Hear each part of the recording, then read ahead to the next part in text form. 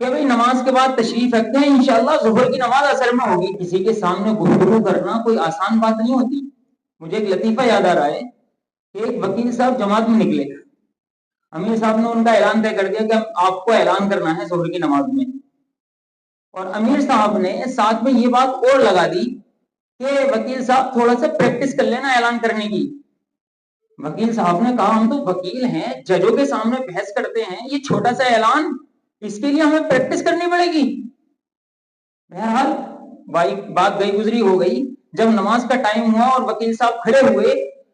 تو جیسے ہی نمازیوں کی طرف ان کی نگاہ گئی بس ہوش اڑ گئے اور کہہ رہے ہیں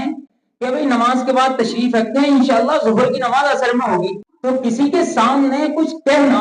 یہ آسان بات نہیں ہوتی، بلکہ میں تو یہ کہوں گا یہ قرآن اور حدیث کی خدمت کی برکت ہے کہ اللہ رب العزت ان چھوٹے چھوٹے بچوں کو اتنا حوصلہ دے دیتا ہے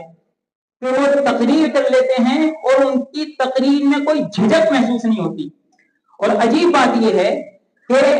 خاص طور سے سب سے آخر میں بچہ آیا تھا، اسے ابھی زندگی کا بھی اتنا صحیح شعور نہیں ہے، لیکن آپ لوگوں نے اندازہ کیا ہوگا کہ جس طرح کی وہ بات کر رہا ہے، جسے آج کی دنیا باڈی لینگویج کہتی ہے نا، اس کی بات، اس کے اشارے، اس کی بات کے تابع تھے، یعنی بے ڈھپ اشارے نہیں، ایسے الٹ ٹپ نہیں